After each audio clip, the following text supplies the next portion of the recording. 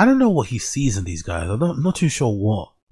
Rogan seems to be he really likes these guys. I'm very unimpressed by what they say. I've also got a real disdain for people from here who are obsessed with American politics. I'm not gonna lie. Don't know what it is about. Either end, if they're either, I don't care what side they fall on. I've got a real disdain for British people or content creators, I mean, who seem to be oddly obsessed with politics in America and do the whole like right-wing grift thing. It's like, if you're gonna grift, you might as well grift here. Do the grift base here. Do like a Tory grift, you know. Do the whole conservative Tory grift here. Don't go over there doing it. It's just weird. But again, I don't think they say anything interesting. I don't get Joe's infatuation with these guys. But anyway, Venezuelans wanted to go to war despite the fact they didn't have the strength to even pick up a gun because they're so malnourished. And then he started teaching in schools, redrawing the map of Venezuela, so all the school kids now think that Venezuela incorporates this territory. Like, he was antagonizing the Americans and their allies consistently. And unlike Iran, he doesn't have the infrastructure. He doesn't have that amount. Oh yeah, God forbid man draws a map. He draws a map, you can get kidnapped from your own country. Cool, man. Anyway. And I'm loyal to a default. If you asked me to draw two Theodorks in 30 seconds, it would look exactly like these two. 100%. And big up somebody that set me right there. That's a good distinction. Who is it? Big up someone that set me right. Who said it here? Who said some? I don't see it, but someone said they're not obsessed. They're grifting. I think you're right. I think I was wrong on that session. But whoever said they're not fucking obsessed. They're grifting. You're correct. Of the military, the power, the organization. He made himself so vulnerable. So vulnerable. Who looks at Trump and goes, yeah, let's fuck with that guy?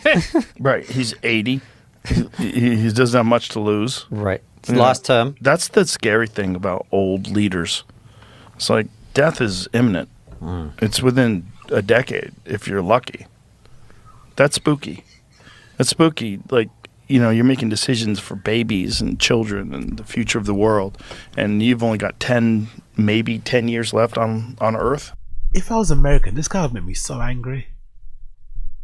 I don't believe this idea that Theo Vaughn and Tim Dillon and Schultz and all these guys sway the election. I don't believe that. I think it's like a narrative people put out. I think it's just a unwillingness to accept that there's been a cultural shift, right? In general, in terms of what people accept, and maybe the left went too far or whatever, right? Around the world. I don't even believe that's true. Rogan and them had that much of an influence. But people are listening to them to some degree. They are listening to them. And it's got to really hurt your head when you hear this, isn't it? Because you're like, hold on. Are you just realizing now Trump's age because of the war in Iran? That's why you're having this epiphany. That's why suddenly you're maybe looking at him in different light. Because of the war in Iran. You didn't once consider his age or his mental acuity or his mental decline or whatever, right? When you were voting for him when he was what, 78, 79? You didn't. It's like, huh? It must. Your head must. If you're an American, your head must want to explode.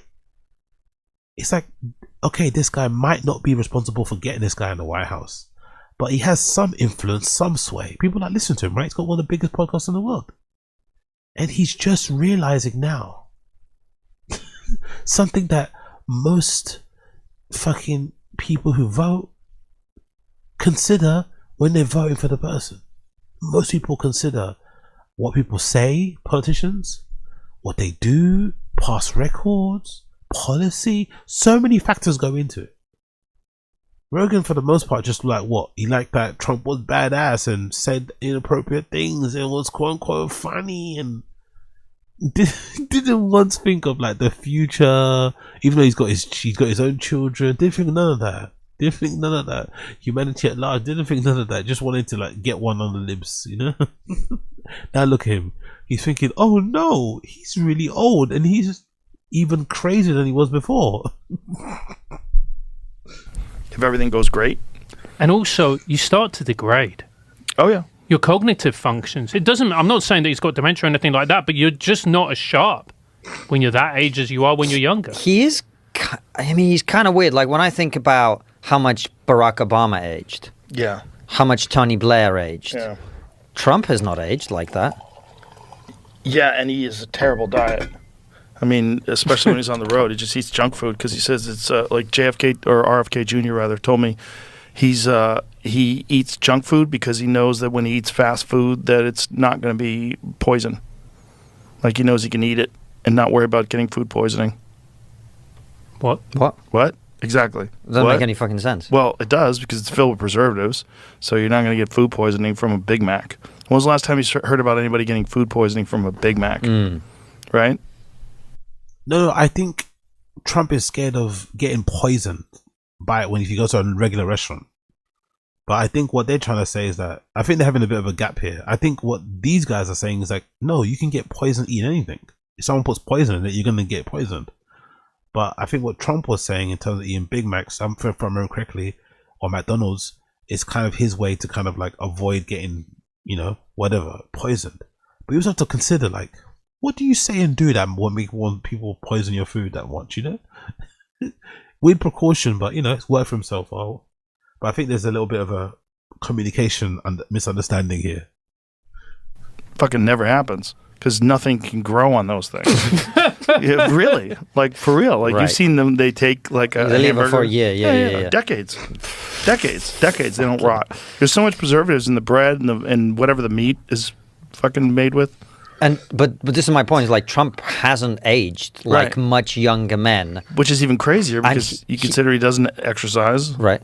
Yeah. And he's been under colossal. I mean, I don't know, but I imagine he's been under a bit of pressure and stress. Well, assassination attempts. Yeah. And just all that, almost going to jail. Yeah. Right? Yeah. Like 34 felonies sort of trumped up, you know, Right. pardon the pun, Right. against him. Yeah. Yeah. There was He's a lot. Russian agent and all this, Yeah, all this that bullshit. shit. Yeah. yeah. Yeah. And he's just like, it's kind of impressive in a way. Oh.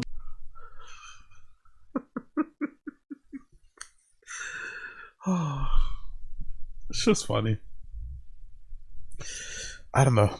I think the time to call anybody impressive is not now. I don't think. You know? I don't think anyone's doing anything impressive now. Outside of sports, you know, there's not a lot of people doing anything impressive. There's not impressive TV shows. There's not impressive movies. There's not impressive even music nowadays. Too much. Everything's kind of suffered. I think it maybe has to do a lot with the state of the world and how precarious it is. You know, I think a lot has to do. I think we're all feeling it. I think that's why the culture is a bit stagnant. You know, I think that's why culture. Like I saw the other day a clip of Entourage. I was like, is there a single character in TV now that's as good as Ari Gold? I saw a clip of Entourage recently, like going viral. I was like, is there a single character in TV now as good as Ari Gold? Is there a single TV series as good as fucking Entourage? But I think there's a reason why, because we're all kind of worried. And when you're worried, you don't make a lot of good art. You know? When you're worried about your immediate future, you don't make a lot of good art. You know? You don't make a lot of good art. So it's not surprising that the world is... So to label Trump impressive, it's like, there's not a lot of impressive things in the world going on right now. So I don't really think he is impressive. I think you're just shilling, you're just grifting, you're just trying to appease your audience and shit.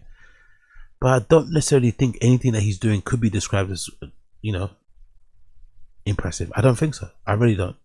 Maybe it's impressive he's still alive, with the amount of people that don't like him and the amount of attempts that have been made of his life. That's true.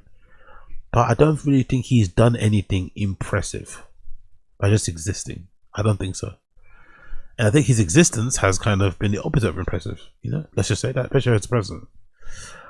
But yeah, these guys suck. These guys suck so bad.